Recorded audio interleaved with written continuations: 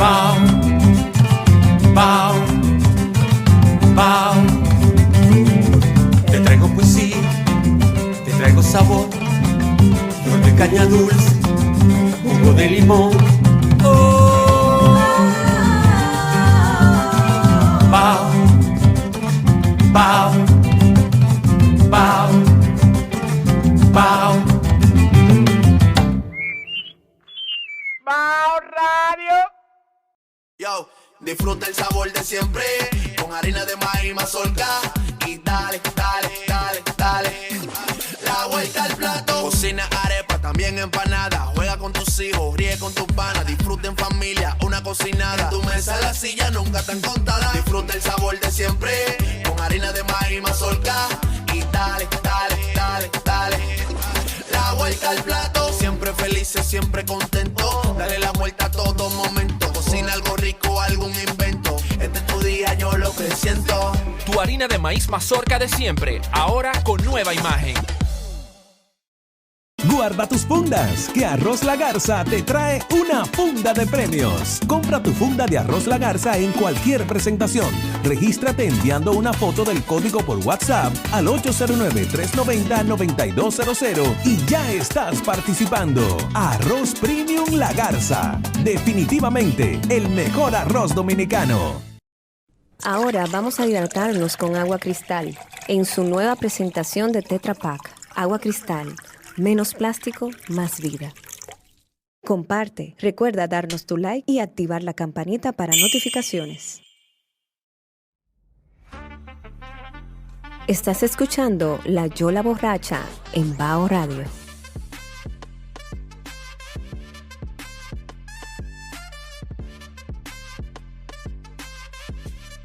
Estamos en La Yola Borracha de Bao Radio hoy con Nazario, artista disciplinario. Siempre hemos querido, desde la publicación de tu primer libro, te lo digo, quería entrevistarte, quería conocerte y es un gusto de verdad que hayas podido sacar este momento. Sé que no estás residiendo aquí, pero que estés aquí y que puedas conversar con nosotros.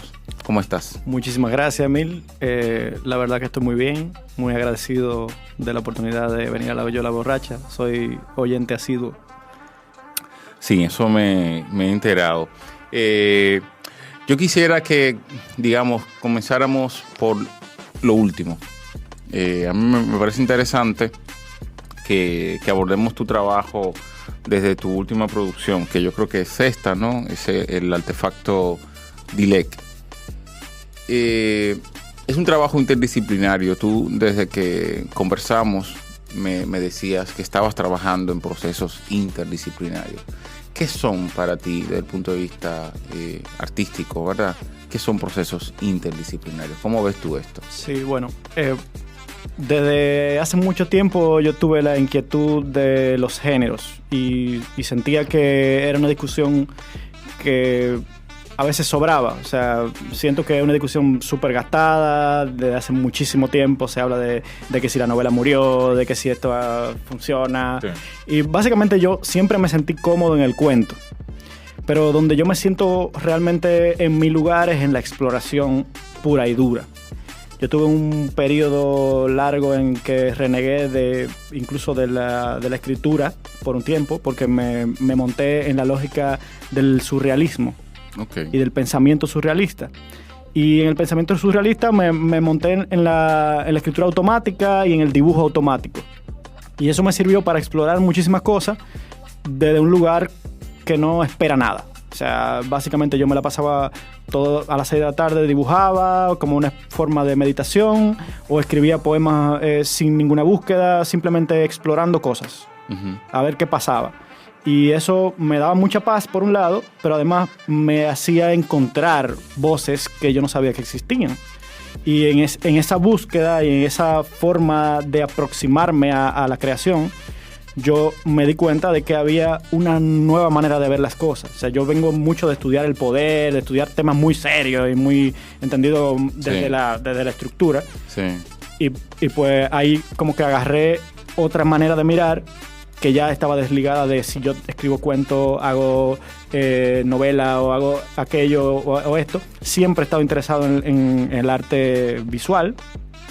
Entonces, lo que ha pasado es que eso ha venido concatenándose poco a poco, reflexionando el poder, que es lo que profesionalmente me he dedicado siempre, al mismo tiempo creando otros universos paralelos, que es lo que he hecho siempre como hobby.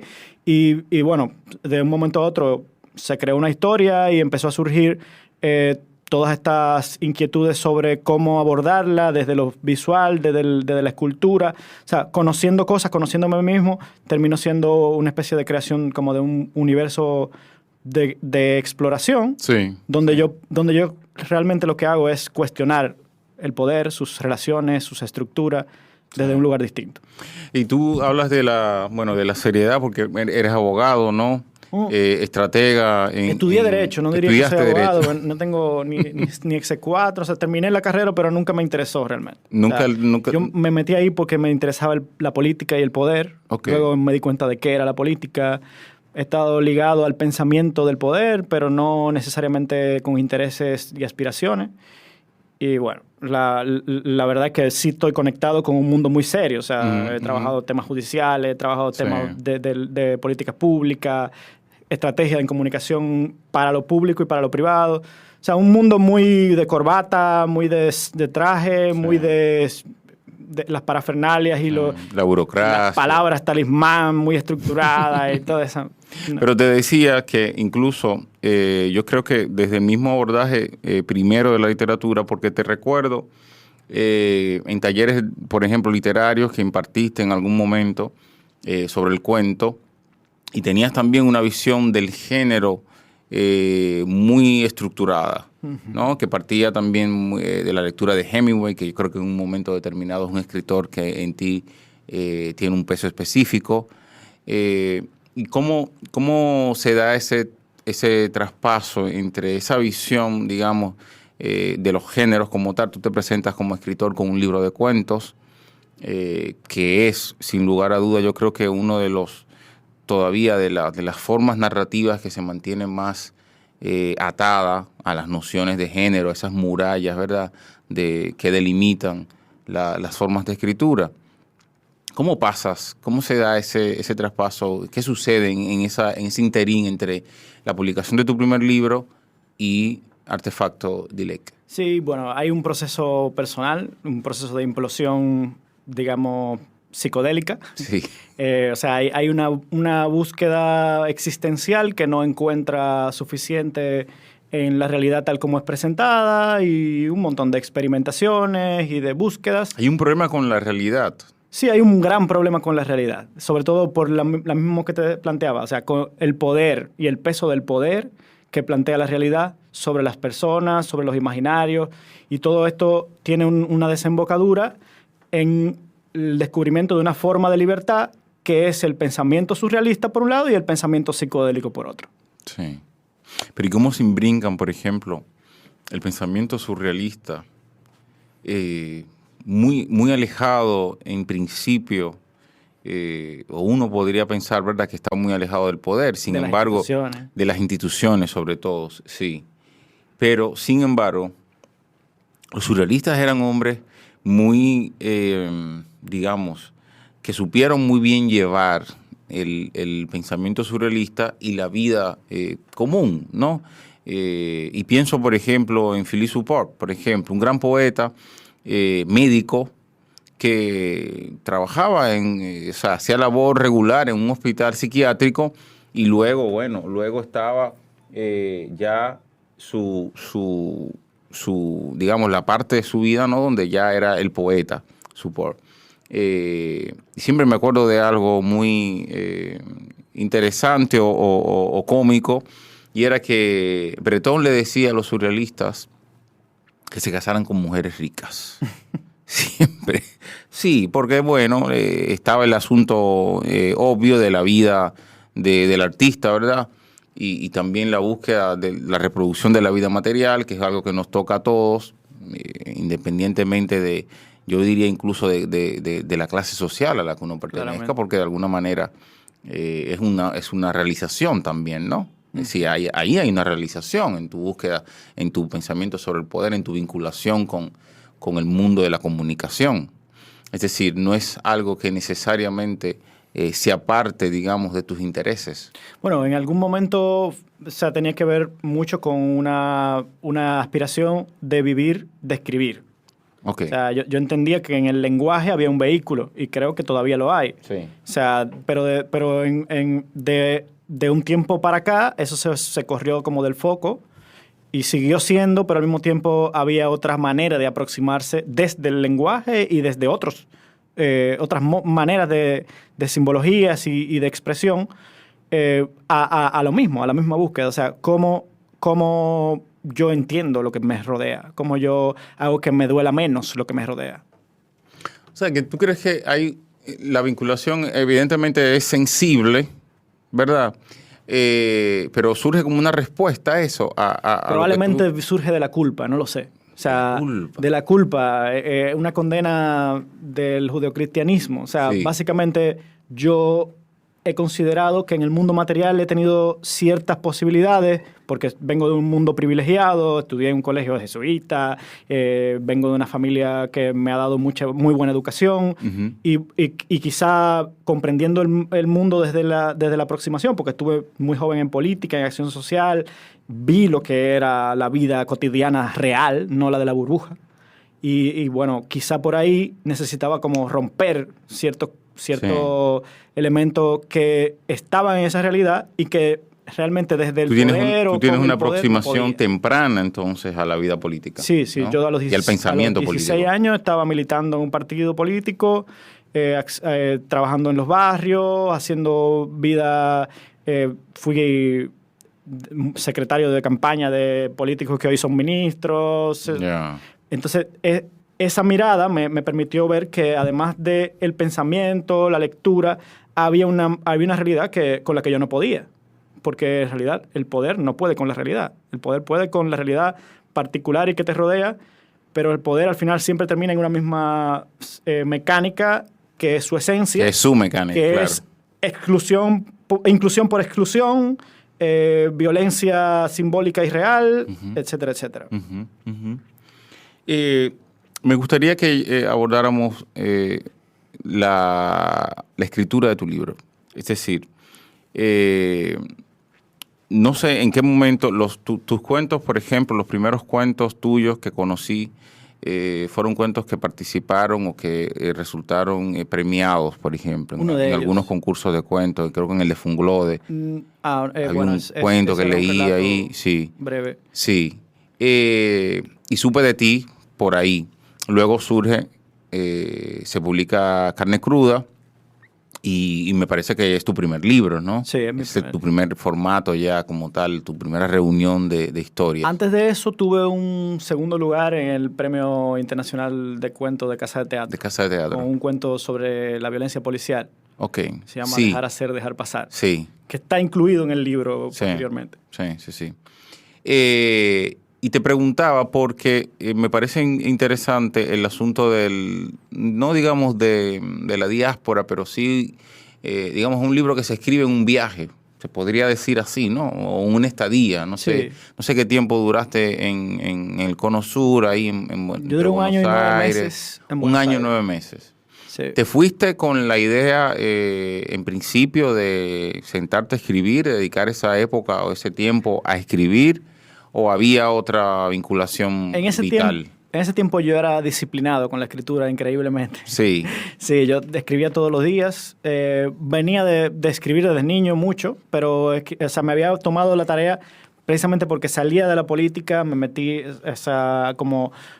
había sentido que había desperdiciado mucho tiempo en lo público y en el juego político. Sí. Y dije, bueno, tengo que tomarme esto en serio, me voy a meter a escribir diario, de manera disciplinada. Salvando las distancias un poco a los Proust, ¿no? No, claramente. Salvando todas las distancias, pero en un momento determinado de su vida dice, he perdido, se da cuenta de que ha perdido tiempo, pero bueno, demostró que el tiempo perdido no existe tampoco, claro. ¿No? El tiempo nunca se pierde. No, y bueno, él era banquero. pero yo no llegaba Sí, a tan sí. radicalmente hijo de puta. Sí, a tal esfera de poder, ¿no? Pero Exacto. bueno, pero estuviste por ahí, ¿no? Sí, Estuviste bueno, por ahí. o sea, pero básicamente decidí, o sea, moverme, aprovechar el tiempo en Buenos Aires, porque tenía una maestría que estaba haciendo. Ok. Y le di para allá, escribí una serie de cuentos que eran como 50 textos. Sí. Y de momento a otro, el azar quiso que yo fuera vecino de un gran poeta que admiro mucho y murió. Y le toqué la puerta un día con muchísimo miedo y le dije, mira, yo quiero enseñarte unos cuentos. Me dijeron que tú eres escritor, que tú... Oh, my God. Y el tigre me acabó los cuentos y me dijo, pero sí, tú eres escritor, yo creo. Ven de vez en cuando. Y empezamos a trabajar, el tipo me pasó su acervo, leí como 200 libros, me pasó un montón de, o sea, conocimiento de cine, de literatura, de Claro. arte de todo tipo. Y además en aquella ciudad, ¿no? Además, o sea, íbamos al jazz, porque él era ciego y yo era como su lazarillo. Ok. Nos hicimos muy amigos. Y el tipo empezó a decirme, bueno, mañana tráete un ejercicio, escribe un cuento de cualquier tipo sin adjetivo. Y de un momento a otro, bueno, no, ahora escribe uno, pero sácale los adjetivos. Y ese ejercicio me dejaba consigna, escribe un cuento con forma de diario, escribe un cuento como forma de carta. Y o sea, al final te ponían a trabajar. me entrenó a escribir, me enseñó a escribir de cero. O sea, yo venía de mi formación aquí como abogado, que escriben malísimo los abogados. Ujú. Y además con la influencia de mi tía Carmen Inver Brugal y de Rubén Lamarche, Sí, claro. que me corregía muchos textos, Sí, sí. que eran dos escritores que yo respeto mucho, pero este tipo, o sea, fue como una carnicería. O sea, me volvió súper Muy radical con todo lo que sobra, con todo lo que huele a literatura. Y eso fue como o sea, casi como una labor de gimnasia de escritura. Confirma que es muy conveniente para los escritores presentarse ante alguien que no, que bueno, tenga así el acervo y tenga, ¿verdad? El saber hacer, es decir, un poeta de larga data, ¿verdad? Era un monstruo, o sea, Era es que yo tuve mucha suerte, o sea, Exacto, sí, pero yo sí, creo que sí, que a totalmente. uno le conviene tener un mentor. Exacto, Yo sí, estaba en una universidad. pero digamos, porque por ejemplo, Carmen Inver pudo haber perfectamente sido tu mentora, o de hecho tal vez, probablemente de alguna manera lo fue, igual que Rubén. Claro que sí. Pero como no hay una vinculación, ¿no?, filial o una vinculación de amistad, es otra cosa. Se tiene, digamos, una visión un poco más, ¿cómo te digo?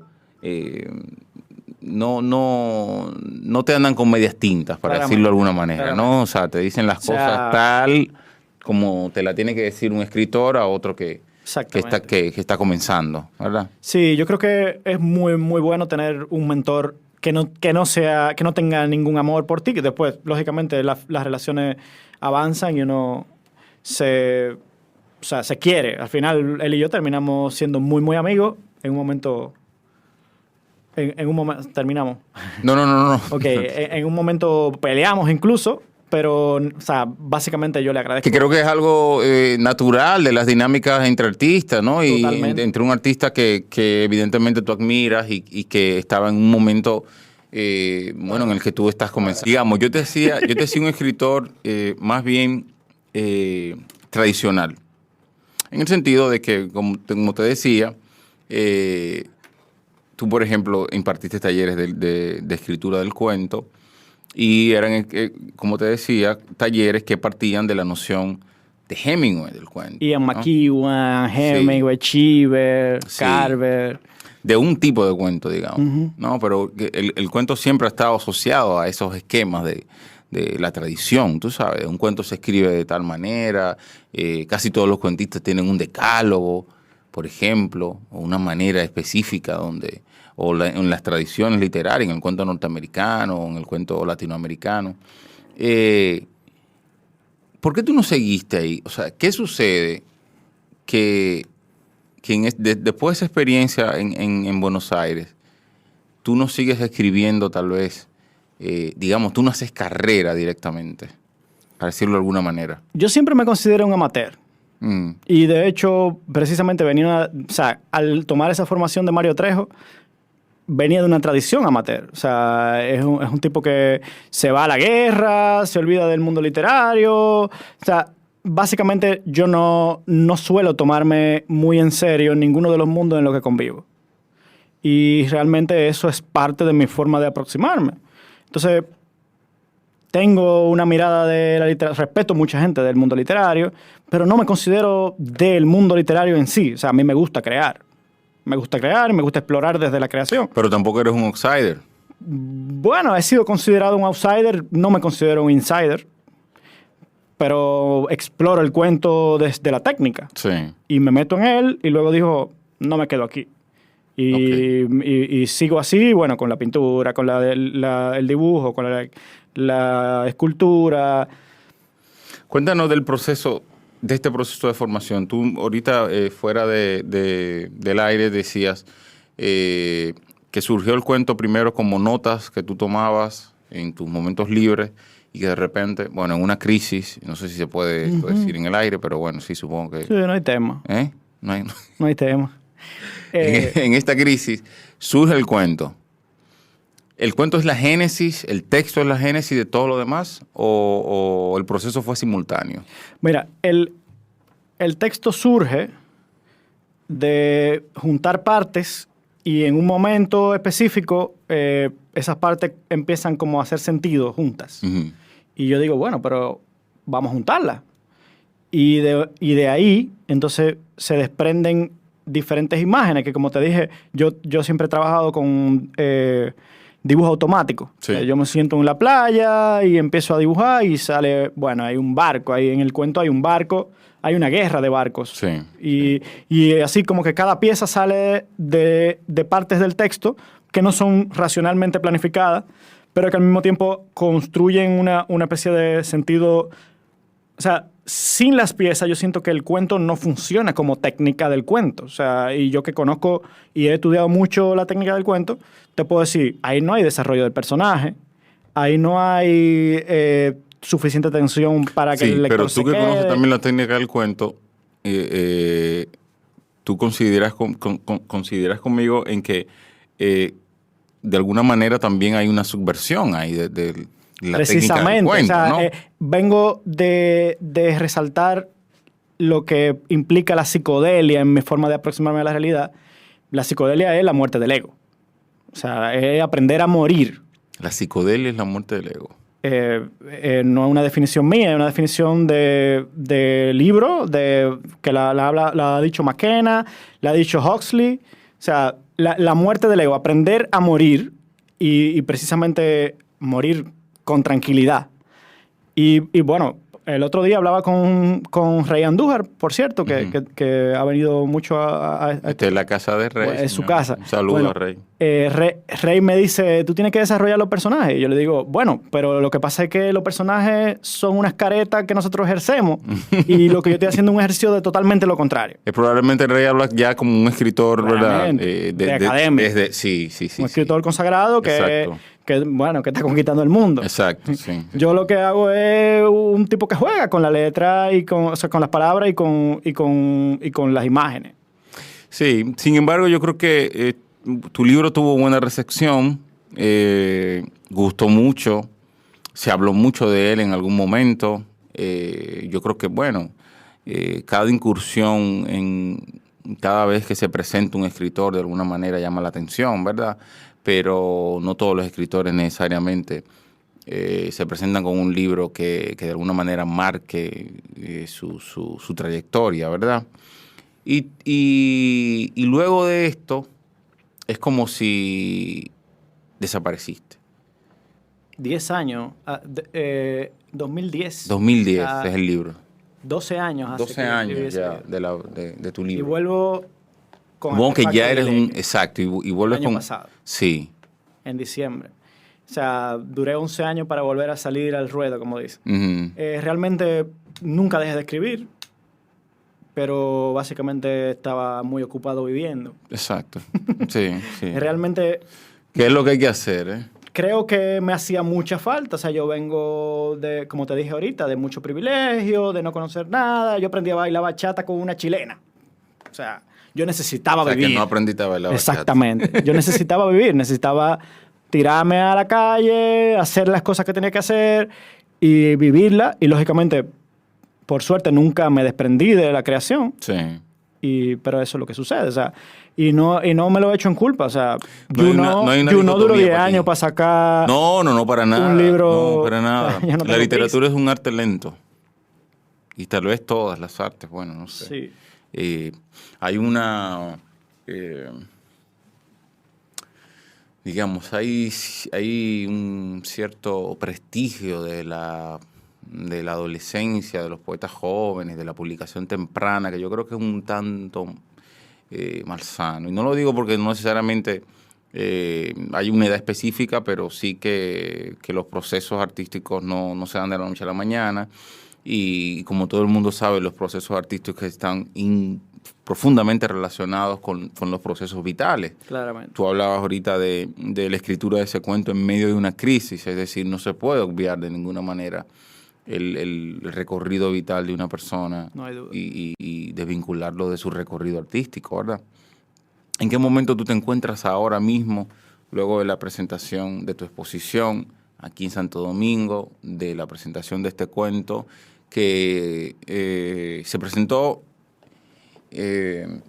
A mí me parece muy fabuloso el hecho de que se haya presentado un cuento dentro de una exposición, que tal vez no es un cuento dentro de una exposición, tal vez es simplemente es un texto que forma parte de esa exposición. Uno tiende, evidentemente, a verlo como te decía eso de Rey, por ejemplo, que Rey te decía, desarrollamos los personajes. Uno, evidentemente, tiende a verlo únicamente desde el punto de vista literario, pero Artefacto Dileque se expande, ¿no? Es decir, Sí. no... El texto es una pieza. Exacto. Es el una artefacto pieza. activador de otro número de piezas.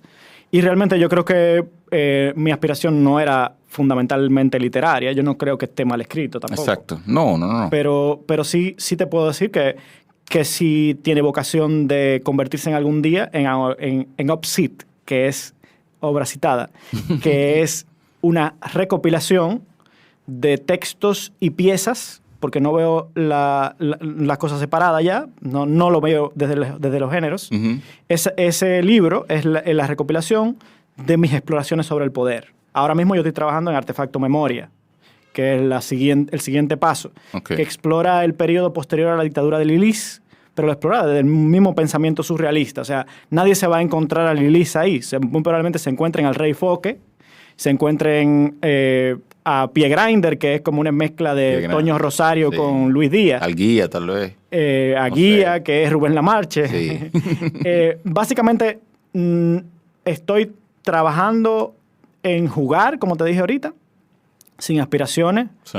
No sé en qué termine esa última pieza. Como te digo, estoy haciendo pensamiento surrealista. Quizá es un happening, quizá sí termina como libro, no lo sé. Ahora, sí te puedo decir que me siento muy, muy conforme con la lógica de entender la historia desde un lugar no formal, desde un lugar no serio. Sí. Cuando te escucho, escritores que se me vienen a la cabeza, por ejemplo, el uruguayo Mario Lebrero, un escritor muy rompedor, que en un primer momento se encasilla, para decirlo de alguna manera, en unas novelas, en una trilogía de novelas, con una impronta kafkiana fuerte, ¿no? Que se nota, y evidentemente él no que la aceptó, sino que la presentó como, sí, esto viene de ahí, ¿no? Pero que luego termina con una novela como La novela luminosa, que no es una novela necesariamente, es un diario de escritura, pero es un diario también de él, de Mario Lebrero, que me han dado una beca y tengo que hacer algo, porque me han pagado este dinero. Le dan la beca Guggenheim. Y bueno, tiene que justificar de alguna manera y comienza a escribir diario de la beca. Y La novela luminosa es un libro que evidentemente rompe todo el parámetro de lo que es una novela contemporánea, ¿no? Una novela como tal. Tú en este momento, por ejemplo, estás trabajando ahora en Artefacto Memoria. De alguna manera, ¿Tú crees que en algún momento regreses a una visión, digamos, del escritor o de la literatura más tradicionales? ¿En algún momento podemos encontrar, no sé, una novela tuya o un... No sé si una novela, pero en el cuento O yo otro, sigo. O sea, yo sigo sí, escribiendo en el cuento por mi lado. ¿Por qué te interesa tanto el cuento? Por vago. Básicamente, el cuento para mí es más difícil para sostener la atención, pero yo no tengo capacidad de trabajar proyectos a largo plazo. Fíjate cómo junto partes para poder llegar a algo de largo plazo. Okay. O sea, creo que por episodios me va mejor. El Y de hecho, fragmento mi te vida ha sido interesa. también por episodios. Pero también me siento muy cerca de los cuentistas. O sea, quizá leo más cuento que novela, por paciencia, Ujú. pero también siento más la fuerza de lo que Sí. puede hacer la palabra en el cuento. El cuento. O sea, Osvaldo Lamborghini, Pedro Juan Gutiérrez, que ahorita vimos un texto Sí, de él. sí. O sea, la fuerza de lo que tú puedes hacer contando un hecho no es lo mismo que tú puedes hacer contando un personaje. No. Entonces, yo creo que, además de que, o sea, contrario a lo que piensa el mercado, creo que el cuento en algún momento va a tomar la escena. Yo creo que está en un buen momento ahora mismo. Por Sí, lo menos, no sé, el cuento latinoamericano. Pero resulta tal vez, que las mejores y los mejores cuentistas se han mudado a la novela. Sí, o los han mudado tal vez. También el mercado. Ujú. Caso que yo creo que pasó con la argentina Samantha Schweblin. Samantha, que es muy buena. Buenísima cuentista, ¿no? Sí. Que en un momento determinado a mí me impactó mucho, sobre todo con su primer libro, con El núcleo del disturbio. Sí, es magnífica. Sí, y bueno, ella se fue a la residencia, terminó atrapada ahí. Bueno, Ujú. son muy buenas sus novelas, por cierto. Pero la fuerza del cuento yo creo Son que... muy buenas sus novelas, sin duda, pero no deja uno de extrañar el cuento de Samantha Schweblin. Es así. Es así. Para decirlo de alguna manera, sí. Sí, son muy buenas. Yo leí Distancia de Rescate, leí la última que publicó. Sí. Pero no dejo de extrañar esa cuentista breve, así, que bien condensada.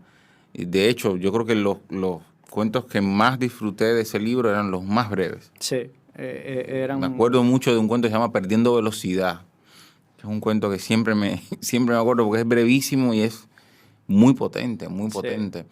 Tú crees mucho en la potencia, porque si crees mucho en la imagen, por ejemplo, crees en la potencia del fragmento y de la brevedad. Y es curioso porque vengo de explorar desde la historia, desde los Exacto, que es tratados siempre un teóricos relato largo, políticos, ¿no? que Y la es política canción. también. Pero sí, hay una operación ahí que pasa por la imagen. O sea, y sobre todo ahora que trato de explorar desde el arte visual, por ejemplo, explorar la imagen de lo que implica el poder como oposición de la selva versus lo civilizado. Sí. Es esa forma, o sea, que la violencia que implica contar la historia a favor de unas épicas siempre va a ser canzón, siempre va a ser... Y yo prefiero decir, bueno, yo no quiero pasármela haciendo historiografía, yo prefiero decir, bueno, esta imagen hará en la cabeza de la gente lo que quiera hacer.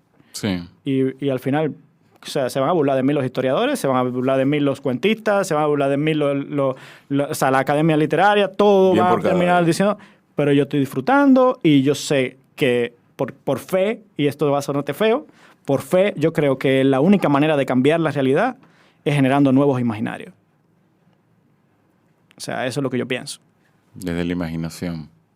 Sí. O sea, no es repitiendo fulano corrupto, esto está mal, esto está bien. O sea, no es montándose en los relatos que siempre han sido. Es sacando los relatos del lugar donde han estado y generando nuevas formas de hacer y de pensar y de pedir y de vivir. Hablando de imaginario, ahorita decías, también fuera del aire, en una conversación previa que teníamos, tú decías, ahora mismo mi lucha es contra el fascismo cultural. Sí. ¿Cómo ves tú el panorama, por ejemplo, aquí, en Europa, en Estados Unidos? ¿Cuál es Yo creo el análisis de la temática que hay ahora mismo? Yo creo que el mundo está volcado en una reacción a lo que han sido, digamos, 70 años de consenso llamémosle democrático, porque construyó desde ese relato. Sí. Y que al ser incapaces los seres humanos de realizar todo lo que se proponen en lo material, la gente ha echado mano de los relatos tradicionales del modo que puede, de los prejuicios, y no diría que otra vez, porque siempre estuvieron ahí, pero estuvieron un poco aplacados pero por los ese consensos. periodo democrático de alguna manera dio la ilusión de que habían algunas cosas que ya estaban superadas, tú sabes. Pero más que nada porque los controles hegemónicos estaban puestos en que eso se viera así. O sea, el mundo siempre ha sido tendente a lo multipolar, y al ser multipolar, la racionalidad establecida va a ser muchísimo más amplia. Y eso es algo que Humberto Eco lo predijo en los 70, sí, cuando habló de la nueva Edad Media y de la posmodernidad. Pero claramente lo que está sucediendo es que la promesa democrática no da abasto. O sea, no puede hacer llegar todo el bienestar porque los bienes son... No cumple todas las expectativas. No, o sea, los bienes son limitados. Son limitados. O sea, nosotros partimos de la explotación de la naturaleza, y la explotación de la naturaleza no es suficiente para todas las personas que hay y para todo lo que podemos y ya construir. de hecho ha llegado evidentemente Está en deterioro. Está en deterioro de un límite. Entonces, la gente tiene miedo. La gente tiene miedo, y el miedo trae comportamientos violentos, rechazo a lo que no se parece a mí, y todo este montón de elementos que han estado, como te digo, siempre han estado vigentes, pero siempre no han tenido la fortificación del poder. Y realmente yo creo que el punto crítico de esto es, o sea, como secuela del Tea Party, cuando Donald Trump llega al poder en Estados Unidos y abre todas las compuertas posibles, que eso es algo planificado por Bannon, su asesor, que además ha llevado al poder a un montón de gente, incluyendo tipos de Grecia. Bannon es el ideólogo de la revolución de la ultraderecha, echándole mano a fondos de tigres que financian terroristas. Hay toda una lógica... Se puede decir aquí, ¿verdad? Sí, okay. Sí, bueno, yo no sé, con Salman Rushdie nunca se sabe. Ahora. Sí, qué mal. Pero bueno, estos tipos, es como la llegada de los monstruos nuevamente. Sí, así como que han regresado. Exacto. Y bueno, vamos a ver qué pasa. Yo creo que no se desaprende la temática relativa a los derechos. O sea, yo creo que eso no va a durar mucho tiempo. Porque la gente sabe que la libertad existe y que aún no es perfecta, es mejor que lo que se plantea hoy, por ejemplo, en la perspectiva de Estados Unidos, que va camino a una guerra civil con lo peor de lo peor en disputa. Sí, terrible. Volvamos a hablar de escritores, ¿no? Por favor. Escritores que a ti, de alguna manera, siempre lo preguntamos en La Llora Borracha, porque nos gusta saber... escritores que a ti te han marcado, escritores que de alguna manera... Bueno, has mencionado algunos de los cuentistas, pero... Sí, bueno, otro que tiene vocación de cuentista, Cabrera Infante. Cabrera Infante. Para mí, Cabrera Infante fue una nueva mirada de la forma de escribir, sobre todo por su capacidad mimética. ¿En qué momento lo leíste, Cabrera? Lo leí como a los 22 años. Y, bueno, un poco antes. 19, 20. Pero me metí en él, sobre todo con Tres Tristes Tigres, a los 22, que lo leí de una sentada y me salió una escara, porque es un libro bastante grande. Claro. Pero como que ahí entendí que era un juego, que no se trataba de algo como muy serio, muy formal.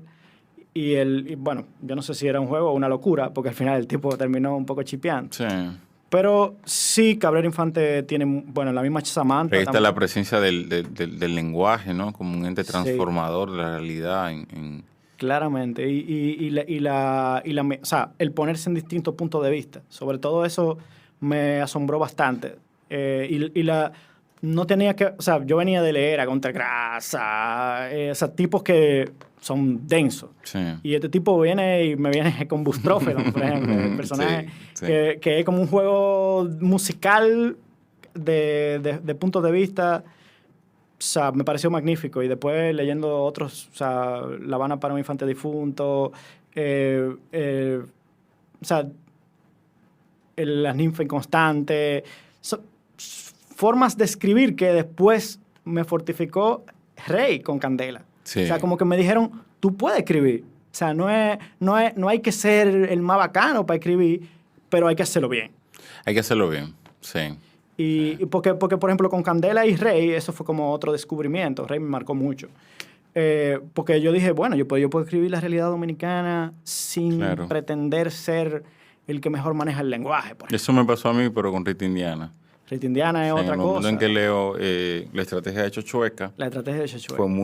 Fue muy iluminador porque están esas caminatas por los barrios y las clases sociales. Y los retratos, la o sea, lengua, que las imágenes de ella te permiten mucho saber que tú no tienes que ser Proust para ser una persona que está No, y que lo que está ahí en la calle es lo que merece ser narrado, tú sabes, y merece ser narrado, es decir, no necesariamente tiene que partir de mí, o sea, las historias están allá afuera, tú sabes, y no hay que tener los grandes personajes tampoco. Esa es otra. Lucky vivía frente a mi casa. O sea, el que le robaron la bocina vivía frente a mi casa en El Millón. ¿Ya? ¿Qué? Sí, y bueno, en los poemas también está Se llama. No sé sí, si se llama, el loco. Se llama, yo lo conocí en la Liga de Pelota. ¿Qué? Sí, o sea, Se llama era un chamaco que los curas lo acogieron y vivía como ella dice que vivía, o sea, entre cartones. Sí. Y era un tipo que tú lo saludabas, se llama, y le dicen Andri. Y tú, ¿y este tigre? Se llama, y le dicen Andri. O sea, ella escribía sobre la vida cotidiana. Y eso es para quien viene de una escuela que te enseña que la solemnidad y que tú tienes que escribir pomposo y que tienes que... Sí. O sea, eso rompe con todo eso. Y en una literatura dominicana, además, donde la impronta de la escritura, por ejemplo, sobre los grandes temas, ¿no? Sobre la dictadura, por ejemplo, Claro. donde la impronta o el hecho político, la generación del 65, claro. o los 70, que todavía tienen también esa impronta de narrar la realidad desde los hechos políticos, no de los hechos cotidianos. Yo creo que ahí probablemente René del Risco también tuvo algo uno de los, ¿no? que abre esa brecha. Por ejemplo, tú contabas en mi taller literario tengo un pecado capital que reconozco hoy porque admiro muchísimo, por ejemplo, a Fran Báez. Sí. Me preguntaban sobre Fran Báez y yo, ¿cómo tú me puedes decir a mí que es un poeta, una gente que habla de tocar el aro? Sí. Y realmente hoy yo puedo decirte que es uno de los mejores poetas que ha parido este país. Sí. Y realmente lo respeto muchísimo y lo admiro. Sí, bueno, no es un pecado, pero que se subsana. Porque uno crece. O sea, uno crece, se mueve, exacto, o sea, y evoluciona. Yo no me caso con nada. Claro, no, además tienes una visión de la literatura bastante abierta, flexible hasta cierto punto. Y si estás ahora mismo explorando las vetas del surrealismo, supongo que también eso te ha abierto muchísimo más a aceptar, ¿no? Nuevas formas de... Sin duda. De escribir y de hacer arte, que no se circunscriben necesariamente al escritor, digamos, tradicional, que está ahí escribiendo un libro tras otro y que nunca sale de la realidad y que no se atreve tampoco a vincularse con artes plásticas, por ejemplo, que parece casi un sacrilegio. Sí. De tu parte. Digo, hay quien lo vería como un sacrilegio, ¿no?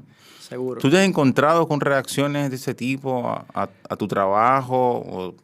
Lo que pasa es que yo siempre he estado un poco lejos del mundo, digamos, yo le digo de las capillas literarias. Sí. Yo he estado lejos, o sea, tengo buenas amistades, respeto a mucha gente, pero yo siempre he sentido que no es mi lugar. O sea, de hecho, para serte sincero, donde mejor me he encontrado es en la gente de la noche. No en la gente de la cultura. Sí, Rubén y yo siempre decimos que los grandes amigos son los amigos del romo. Exactamente. Los amigos del romo son... no es lo mismo lo que se logra ahí que lo que se logra debatiendo con Diógenes Céspedes, por ejemplo. Yeah. ¿Entiendes? O sea, no es mi búsqueda. O sea, sí, claramente en entrevistas me han dicho que soy un outsider, que me voy de donde tengo que estar, o sea, pero al final yo no trabajo para nadie. O sea, yo trabajo para sentir cosas, explorar cosas, entender cosas. ¿Cómo son tus procesos? O sea, ¿de qué parte? Han variado muchísimo. O sea, como te digo, la primera etapa es el dibujo automático, donde me vienen señales Tengo un texto explicando el proceso. O sea, básicamente hubo una etapa en la que yo decía que la ciudad me narraba la cosa que yo tenía que contar a través del viento. O sea, el oído, yo hacía ayuno y empezaba a escuchar lo que yo llamaba el dínamo del universo. En ese tiempo yo estaba un poco loco. Sí, en ese tiempo. Ese tiempo. y básicamente ahí eso formaba estructuras en el dibujo que al mismo tiempo me estaban pasando ideas todo el tiempo. Esa estructura terminaron pareciéndose como a los barrios que había alrededor, siempre, que yo no necesariamente veía. Y después decía, mira, pero eso parece a esa ventana, pero yo no estaba mirando. Y yo decía como que aquí hay algo. Y después me encontré con las canciones de Pink Floyd que hablaban de eso. Y después con otras vainas. Terminé entendiendo que hay algo extraño que hace que uno conecte con la naturaleza de un lugar diferente. Y eso yo lo entendí cuando leí los manifiestos del surrealismo, que son una especie de mezcla entre lo freudiano y digamos, la locura total. Sí. Y la academia también. Y la academia, porque hay una estructura del territorio, sí. Pero siempre desde el lugar de la subversión. Sí. O sea, de la desestructuración de lo entendido como objeto o de lo objetivado por el poder. Sí. Porque al final, todo lo que nosotros entendemos que es por una serie de costumbres que se han ido, digamos, volviendo piedra o sedimentando hasta convertirse en cosas concretas. Y eso, saber ponerse un poco, unos cuantos pasos detrás de eso, tú te das cuenta que la realidad es como una masilla. Y entender eso como creador o como escritor fue como que un descubrimiento, digamos, una experiencia religiosa. Porque yo dije, o sea, yo puedo ser lo que yo quiera o hacer lo que yo quiera. Y como no me interesa lo que esté pensando del otro lado, claro, yo lo disfruto muchísimo. José, háblanos un poco de lo que estás haciendo ahora. Me gustaría que... Sé que estás en proceso, que no hay todavía nada concreto, no sé. No, o sea, yo tengo claro para dónde voy. O sea, básicamente yo entiendo que el poder es el resultado de una operación de objetivación, como decía ahorita, que tiene que ver con una ideología machista y militar que supone que todo lo que es salvaje está hecho para controlarlo y dominarlo. Y en eso implica personas, animales, vegetación. Y en esas yo me topé con un texto que tiene que ver con la Comisión de la Verdad brasileña, donde un tipo dice que nació la estética forense. Y yo estoy haciendo estética forense, que es una disciplina que ellos asumieron a partir de la carabela de Mengele, que es una imagen de una carabela con una bala cruzada. Yo estoy haciendo eso con la cultura de poder autoritario en República Dominicana, entre comillas, Balaguer, primera etapa, Trujillo, última etapa, pero lo estoy haciendo desde los antecedentes. O sea, yo estoy buscando en 1899 a 1916 cómo se instaura la cultura que termina reflejándose en esas dos dictaduras. ¿Y cómo lo estoy haciendo? A través de dos símbolos principales. El pájaro carpintero y la madera. Me volví loco, ¿verdad? Uh-huh. Cuando Trujillo le daban 10 cheles a la persona que llevaran una lengua de carpintero, porque había que acabar con los carpinteros. Los guerrilleros de 1899 a 1905, hasta que llegó Mon y los metió en campos de concentración, eran llamados carpinteros. La tabla de madera es uno de los elementos principales de la narrativa trujillista que planteaba que la tranquilidad viene de tranca. Yo junto esos dos relatos y estoy explorando la selva, psicodélica, claro está, desde esas dos miradas simbólicas, tratando de ver qué hay en la historia y en la cultura de esos elementos. O sea, no es fortuito que Trujillo y Balaguer quisieran acabar con los carpinteros, porque los carpinteros significaban en el campo dominicano rebeldía. Sí. No es fortuito que el negocio de la madera estuviera vinculado a las guerrillas, sí, porque lo que querían los guerrilleros en esa época era controlar las aduanas donde se exportaba madera. Sí.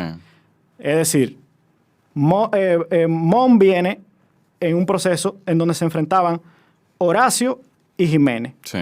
Dos empresarios que venían del lilicismo, sí, que estaban muy hombres de vinculados Lilith, al negocio claro. de la madera y a la violencia, por lo Claro. menos. Pero sobre todo, que se repartían entre ellos la lucha por la hegemonía, Sí. cuando post-guerra mundial primera, Alemania, Francia, Estados Unidos querían repartirse este país. Sí. No, y el negocio sobrevive hasta Trujillo. Trujillo Totalmente. instaló acerraderos de él, Toda- propio, o sea, de quien lo caoba, viene a duro. prohibir es Balaguer. Sí, Y toda esa lógica desde el marxismo, o sea, la lógica económica de lo político, yo la trato de explorar desde la estética. Con un relato igualito que en Dileque, que es un relato post-apocalíptico y es un relato distópico, pero planteándote toda esa mirada socioantropológica desde el pensamiento surrealista. o sea, podríamos decir que tu trabajo es una exploración, digamos, de las formas del poder desde la estética. Desde la estética, de las formas del poder y, Una y cómo desconstrucción sobreviven sí. hoy. Porque, por Y ejemplo, cómo operan, ¿no? cómo operan en la gente. O sea, no es diferente el fronteo Sí. de lo que pasaba en los campos cuando esas guerrillas. Exacto. O sea, no es diferente lo que quieren los muchachos cuando se ponen unos tenis heavy que lo que quería el campesino que se alistaba con un desiderio Sí. para que los respetaran. Exacto. Y eso viene de la violencia estructural, institucionalizada, que hace que tú quieras ser, Es un cambio de signo lo que hay. el que da en vez del que le dan, básicamente. Ya. Y, o sea, jugando con eso, no sé lo que va a salir. Hay una reflexión en Artefacto T-Like sobre la sociedad dominicana, Sin duda. evidentemente. Sobre los traumas de la sociedad dominicana, los grandes traumas de la sociedad dominicana. Y ahí, evidentemente, está la xenofobia metida, tú Sí. sabes, en el medio de todo el asunto. La persecución, La persecución, pero sobre todo el hecho de que no es o sea, esos prejuicios están en nuestro sistema operativo. Gobierne Foque o gobiernen los empresarios. Exacto. O gobierne el populista de derecha. O sea, al final de lo que se trata es que nuestra forma de concebir el poder está plagada de esa mecánica de imposición ¿y tú crees que hay que sobre ir? lo extraño. Sí, y hay que ir al origen de eso. Yo no sé si hay que Como ir a lo digamos, para combatirlo. O sea, para entenderlo, sí. Porque de entrada, cuando tú no vas ahí, pasa lo que le pasa al ministro de Economía de hoy, Pavel Issa, que se le ocurrió decir una verdad que todo el mundo sabe Que todo el mundo conoce, claro. y él fue crucificado. Sí. O sea, ¿por qué? Porque nadie se ha sentado a mirar en qué hay dentro de las heridas del pueblo dominicano. Claro. Y que además hace que nosotros tengamos esos relatos de 1844 como si estuviéramos en el día Sí. de hoy. Yo siempre me recuerdo que cuando Junot le dieron no sé, un homenaje, una cosa, un certificado, el Congreso Dominicano le dio un reconocimiento. Y como 6 meses después, o un año después, algo así, Junot estaba participando en un panel en Nueva York y estaba con Edwin Danticat, la escritora haitiana, y bueno, Junot hizo referencia al racismo dominicano. Pues el ministro de Cultura en ese entonces, de cuyo nombre no quiero acordarme, se atrevió a pedirle a Junot, o de hecho como que le retiró el homenaje o el reconocimiento que le había hecho el Congreso Dominicano. O sea, hasta ahí, porque hay un asunto que a mí me parece terrible, y es que no es solamente que esté en el sistema operativo, sino que no se puede hablar de eso. No, porque O sea, no se puede hablar de eso. Pavel Issa dice una verdad como una catedral, y no se puede hablar de se eso. puede, porque además, o sea, sobre todo... O sea, si un ministro no puede hablar de eso, entonces imagínate tú o yo, que no soy ministro. O sea, imagínate lo que pasan esas ¿entiendes? personas que están siendo rechazadas y violentadas. O sea, imagínate cuál es el día a día de esos muchachos que están vendiendo coco en la calle. O sea, imagínate, si el ministro, uno de los tigres más poderosos de este país, Exacto. no puede decir una opinión. No puede decir una opinión. O sea, en un país que todo el mundo sabe cómo se construyó esa historia. Exacto. Exacto. Y el lugar que ocupan hoy esos inmigrantes. Además, que son el sostén de nuestra economía. Exacto. Es una relación muy compleja, ¿eh? No sé. Yo creo que es una relación extremadamente compleja que evidentemente está imbrincada, como tú dices, en nuestro sistema operativo. Es una relación de origen. No es un problema necesariamente de un gobierno o de una clase, ni siquiera de una clase. Es un relato dominante. Es un relato dominante. O sea, es un relato que yo creo que tiene mucho que ver con el trujillato, claramente. Sí. O sea, que tiene que ver con que el trujillato necesitaba una excusa ideológica y que Peñavalle se la construyó a la imagen y semejanza de unos odios específicos que tienen que ver con el santanismo.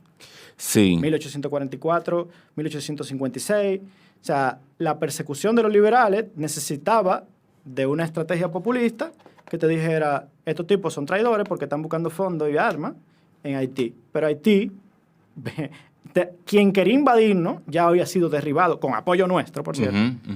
Y Haití estaba apoyando, sobre todo, el fin de la esclavitud, que el mismo Santana había restablecido. No como presidente, sino como jefe militar. Y que paradójicamente Boyer declara la abolición precisamente aquí, cuando entra aquí. Hay dudas. Dicen que fue en 1801. Sí. O sea, hay una discusión sobre eso. Pero que al final de lo que se trata es de que los haitianos no fueron nuestros enemigos más que circunstanciales. Sí, exacto. Que aquí asumimos que somos por negación. Sí. Esto ha sido La Yola Borracha de Bau Radio, un podcast de literatura que hacemos para Bau Radio. Hemos estado conversando con Nazario sobre sus propuestas creativas, sobre el arte y el poder, sobre los imaginarios y la realidad. Nazario, ¿dónde te pueden contactar? ¿Dónde pueden ver parte de tu trabajo? ¿Hay una página web? ¿Tus redes sociales, por favor? Sí, yo estoy en Twitter e Instagram como JC Nazario, con Z. Sí.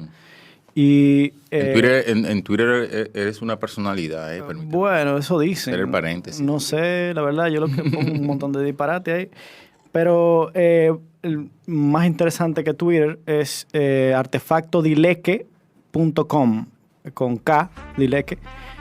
Artefactodileque.com es donde está recogida tanto el audiotexto como las demás piezas de la exposición. Que estuvo presentada en diciembre del año pasado. Y que duramos hablando bastante sobre ella hace unos minutos.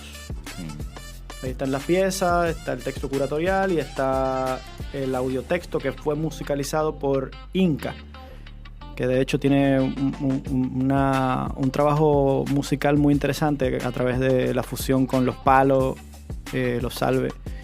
Esta exposición tiene curaduría de Luis Graham. Sí, Luis Graham fue el curador. Estuvo en el Centro Mirador durante un mes completo. ¿Cómo? Ya, yo sé que nos estamos despidiendo, pero bueno, esta era yo la borracha.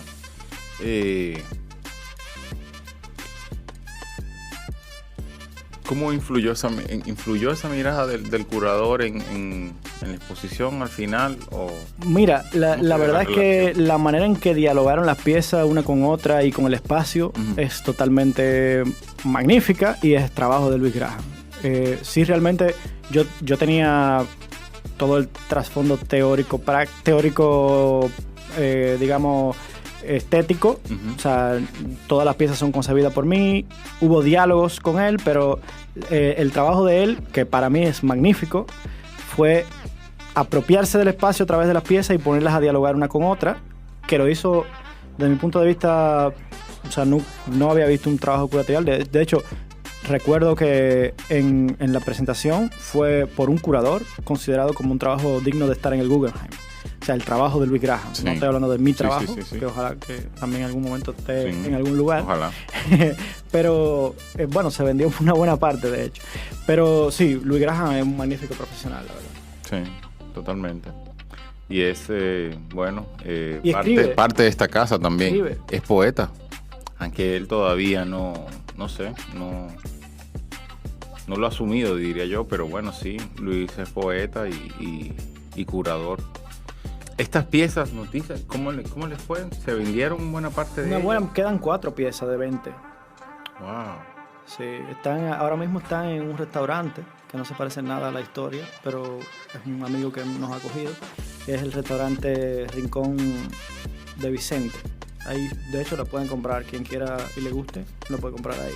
Excelente.